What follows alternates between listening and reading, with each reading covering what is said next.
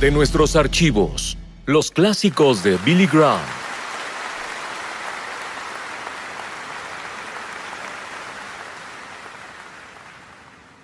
Una de las cadenas de televisión tiene una serie de 5 programas sobre los inicios del cristianismo e incluyen la crucifixión de Jesucristo, una de las imágenes más gráficas que haya visto.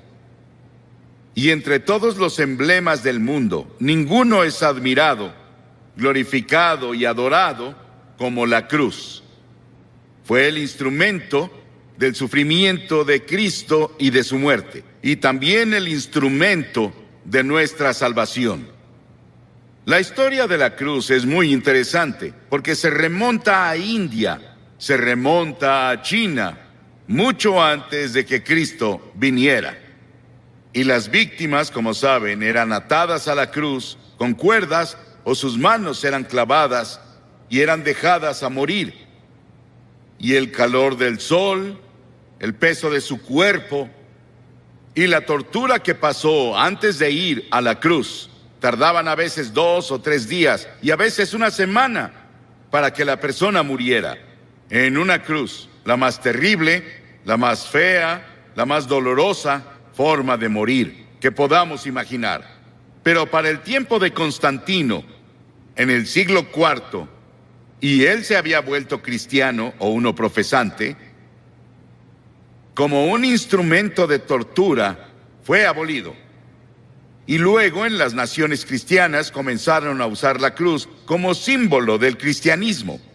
Era labrada en sus carretas, sobre lo que tenían, y la cruz se volvió el símbolo de todo lo que representaba el cristianismo. Y a través de organizaciones como la Cruz Roja, se ha vuelto un símbolo internacional de buena voluntad y ayuda a otras personas. Hebreos, el 6º capítulo, dice: es imposible aquellos que una vez iluminados, que han saboreado el don celestial, que han tenido parte en el Espíritu Santo y que han probado la buena palabra de Dios y los poderes del mundo venidero, si se apartan, no pueden renovar su arrepentimiento, ya que crucifican contra sí mismo al Hijo de Dios de nuevo y lo exponen a la vergüenza pública. Siempre que se proclama el Evangelio, los que escuchan el mensaje y reciben a Cristo como Salvador, lo hacen a través de la cruz, pero si descuidas o rechazas la oferta de Dios de amor y misericordia de la cruz, tú ayudaste a crucificar a Jesucristo. Por eso está mal decir que los judíos crucificaron a Cristo, como los cristianos decían principalmente en la Edad Media, y solían intentar convertir a los judíos a punta de espada, con una pistola en su cabeza o con un cuchillo en su cuello para intentar hacer que se convirtieran, porque decían que eran los asesinos de Cristo. Ellos no mataron a Cristo. ¿Sabes quién fue? Todos nosotros. Todos tuvimos parte en su muerte, porque su muerte fue planeada antes de la fundación del mundo, por el pecado. Y la Biblia dice que todos pecamos y no alcanzamos la gloria de Dios. Hay 4 dimensiones de la cruz en las que pienso cuando hablo de ella. Pienso en la amplitud de la cruz. El amor de Cristo se manifiesta en la cruz de Cristo, que incluye a todo el mundo. El amor de Dios se extiende a África, a Asia, a Latinoamérica, a Rusia, a China, a Estados Unidos, a Canadá, a todo el mundo. Te incluye a ti, quien quiera que seas, de cualquier religión, o si no tienes religión. Dios te ama y dice desde la cruz: te amo. Y hay una longitud de la cruz. No tiene medida, se extiende de la eternidad a la eternidad, de lo eterno a lo eterno. Cuando Noé construyó el arca, ¿saben cuánto medía? 137 metros de largo. Cuando Salomón construyó el templo, ¿saben cuánto medía? 27 metros.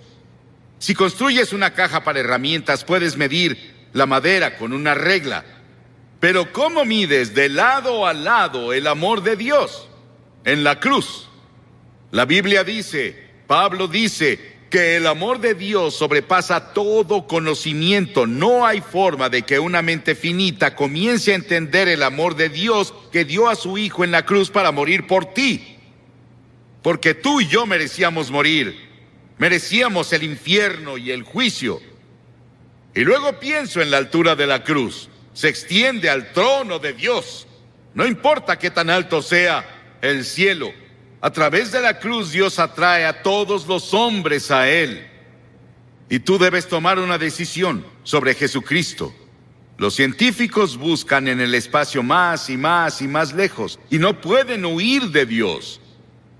El tema de la astronomía y el tema de la frontera espacial me emociona.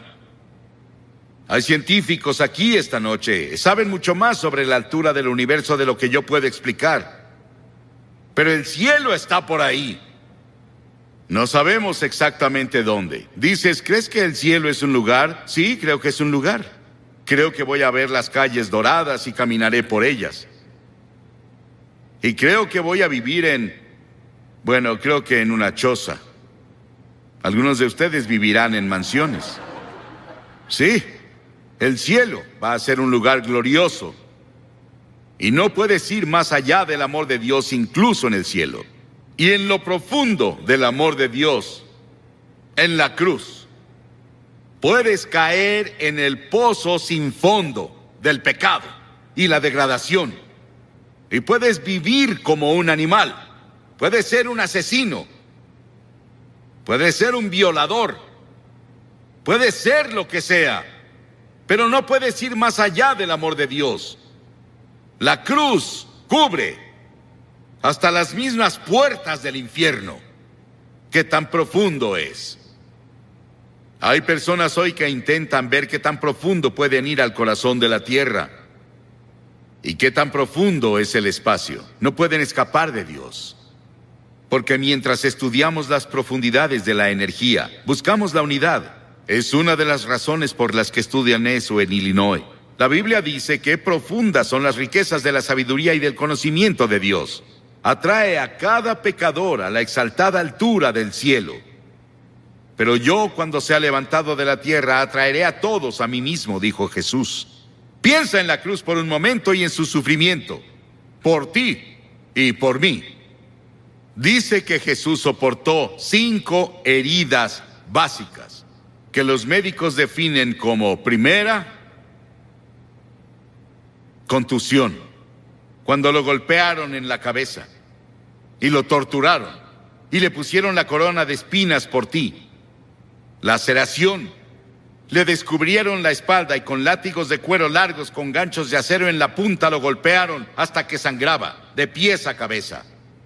Era el método romano, torturaban a los prisioneros antes de llevarlos a la cruz. Luego hubo penetración cuando le enterraron la corona de espinas en la frente y su cabeza sangró. Hubo una perforación cuando clavaron los clavos en sus manos y pies. Hubo una incisión cuando le pusieron la lanza en el costado. Ese sufrimiento, esos clavos en sus manos y pies, los pusimos tú y yo y todas las personas del mundo, porque todos tuvimos parte en la muerte de Cristo por nuestros pecados. Nuestros pecados lo pusieron en la cruz y tú participaste. Tal vez estás viendo por televisión en algún lugar y te gustaría venir a la cruz esta noche y encontrar el amor de Dios y el perdón de Dios y el toque de Dios en tu vida. Y luego quiero que vayamos a la cruz desde otro punto de vista. Quiero que veamos las frases de Cristo desde la cruz. En general oímos un sermón así, un Viernes Santo, y eso es todo. Pero la mayoría no vamos a la iglesia el Viernes Santo, y nunca lo oímos. Hay 28 profecías en el Antiguo Testamento sobre la cruz, capítulos enteros. Está Génesis 22 y Salmo 22 e Isaías 53 y Levítico 16, que especialmente tienen que ver con el sufrimiento de Cristo en la cruz. Cientos y miles de años antes de que Él fuera a la cruz. Estaban bajo la inspiración del Espíritu Santo, los autores del Antiguo Testamento. Y los primeros vienen del Salmo 22. Jesús estaba citando las Escrituras cuando dijo, Dios mío, ¿por qué me has abandonado?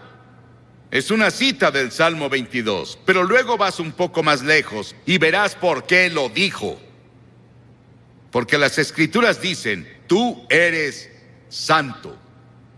Nunca entenderás el Antiguo Testamento con todos sus sacrificios de sangre. Nunca entenderás la Biblia. Nunca entenderás la muerte de Cristo en la cruz hasta que entiendas que Dios es santo y justo y puro y que no puede ni siquiera ver el mal. En ese terrible momento de agonía del Señor Jesucristo en la cruz, Él estaba solitario, olvidado por sus amigos. Y luego llegó una sombra por primera vez desde que la eternidad comenzó entre Dios el Padre y Dios el Hijo, porque Dios no puede ver el pecado, porque en ese momento Él puso tus pecados y los míos en Cristo, y Cristo sufría por nosotros. Y en ese momento misterioso fue hecho pecado por nosotros el que no conoció pecado. ¿Sabes qué significa? Fue hecho pecado. Él no conocía pecado. Nunca dijo una mentira. Nunca tuvo un pensamiento malvado. Nunca tuvo avaricia o lujuria. Y de pronto, toda esa suciedad y mugre de tu vida y de mi vida descendieron en Él. Y nadie entenderá nunca el misterio de ese momento. Ningún teólogo puede explicarlo, que me convenza al menos. Fue el gran amor de Dios por ti que permitió que su Hijo tomara ese sufrimiento.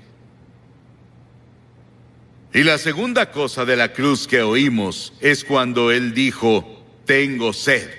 Y ese es el cumplimiento del Salmo 69:21.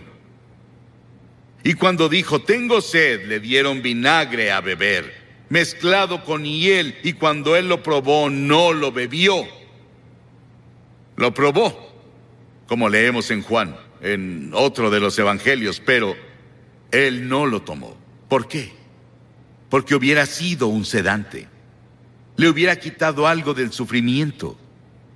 Y Él estaba ahí para tomar todo el sufrimiento con conciencia absoluta. Por ti y por mí. No lo aceptó. Él debía sufrir la terrible agonía y llevar nuestros pecados a la cruz, consciente.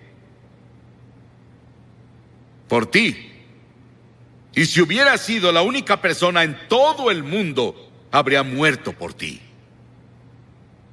Y luego en Lucas 23:34 hay otra cosa que dice de la cruz. Él dijo, Padre, perdónalos.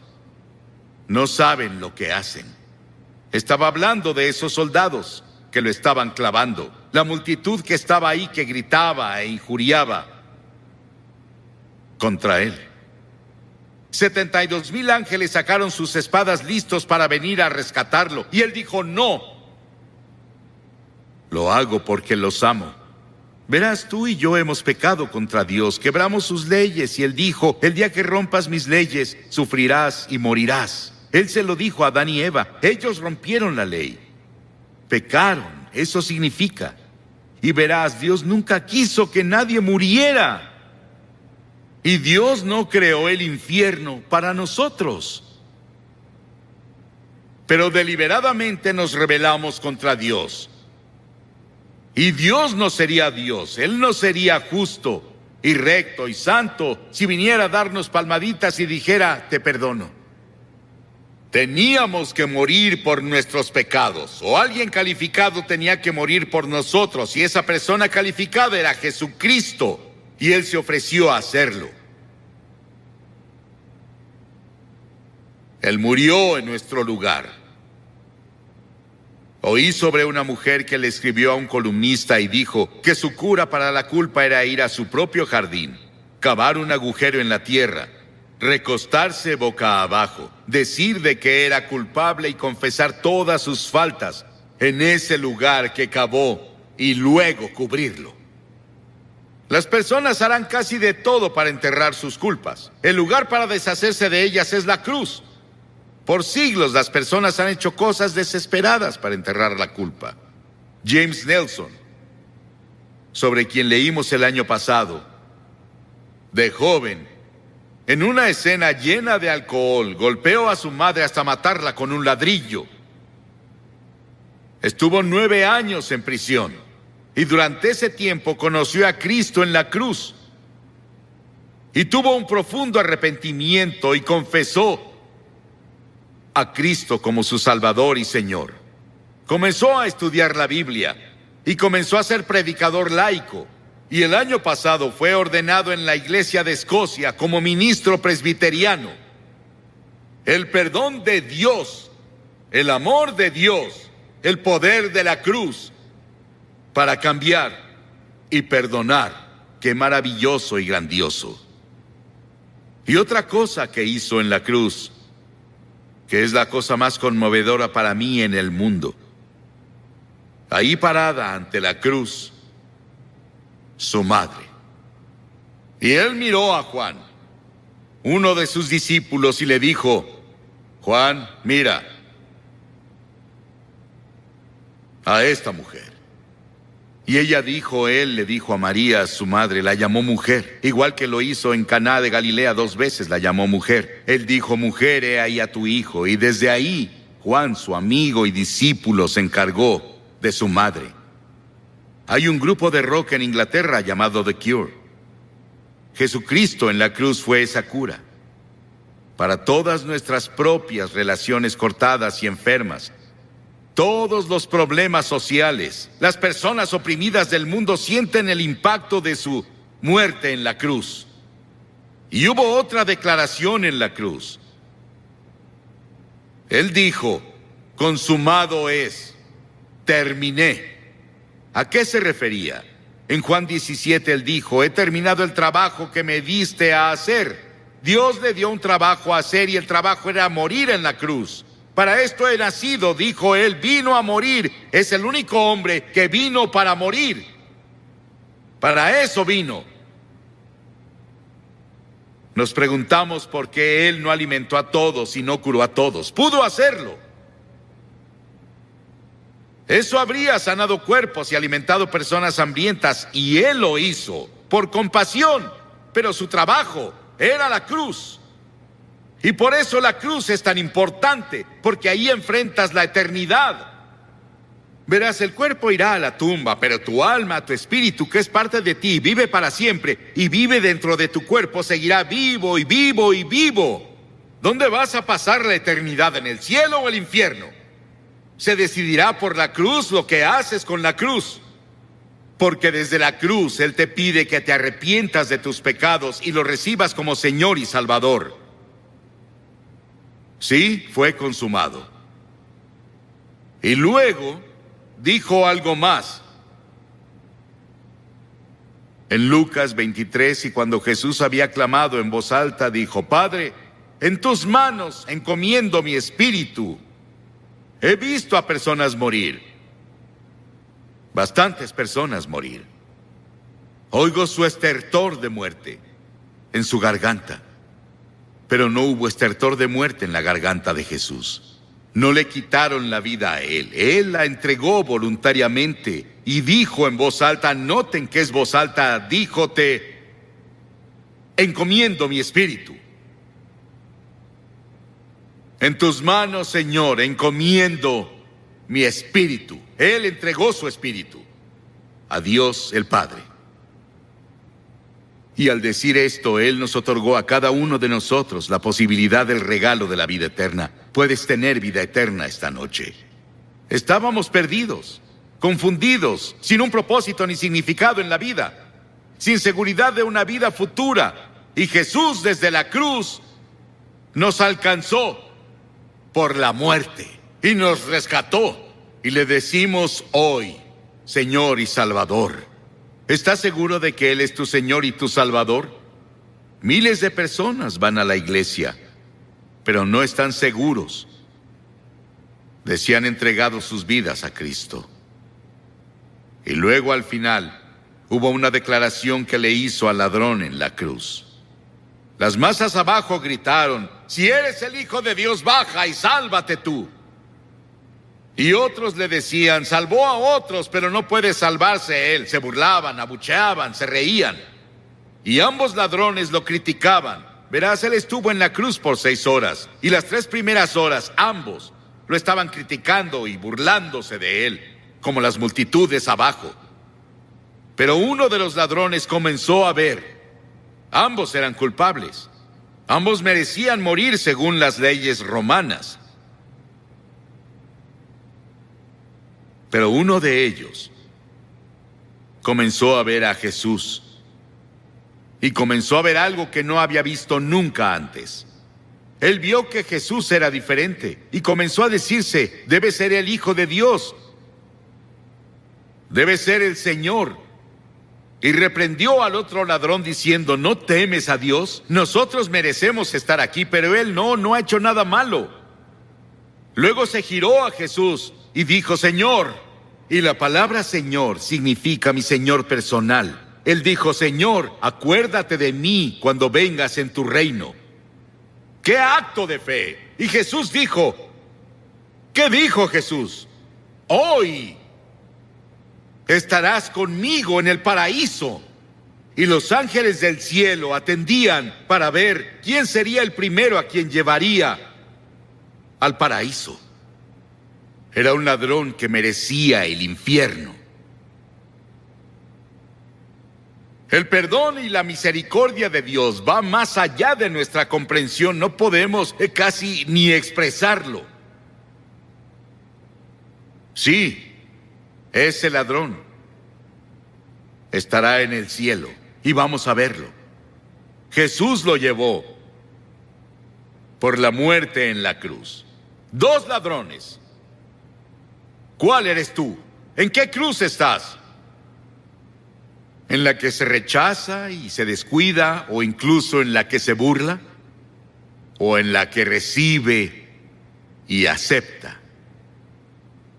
Te pido que hagas un compromiso con Cristo esta noche, así de simple. ¿Qué tienes que hacer? 3 cosas. Primero, debes arrepentirte de tu pecado. La palabra arrepentirse es cambiar. Cambiar tu forma de vida. Cambia tu actitud. Y no puedes hacerlo solo, pero Dios te ayudará si estás dispuesto. La segunda cosa es por fe recibir a Cristo en tu corazón. Por fe.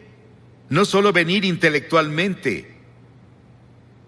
El hombre no puede ir a Dios solo con su mente. Debe ir por fe como un niño que confía en su padre o madre. Y en tercera, debes estar dispuesto a seguirlo y servirlo. No solo recibirlo, es ser su seguidor cada hora del día. No te volverás perfecto, pero cambiarás de dirección en tu vida. Vas para acá y te giras por el Espíritu de Dios a una dirección diferente. Voy a pedirte que hagas algo que has visto que cientos de personas hacen aquí cada noche. Te pediré que te levantes de tu asiento y vengas a pararte enfrente de esta plataforma y digas al venir, quiero saber cuando me vaya de aquí hoy. La Biblia dice, el que endurece su corazón a la reprensión será destruido de repente y sin remedio. Tal vez nunca tengas un momento así cuando estés tan cerca del reino de Dios de nuevo. Ven esta noche. Tal vez eres miembro de la mejor iglesia, o eres consejero, o eres miembro del coro, tal vez eres clérigo, pero no estás seguro de cómo estás ante Dios y quieres venir a la cruz y encontrar perdón por todos tus pecados.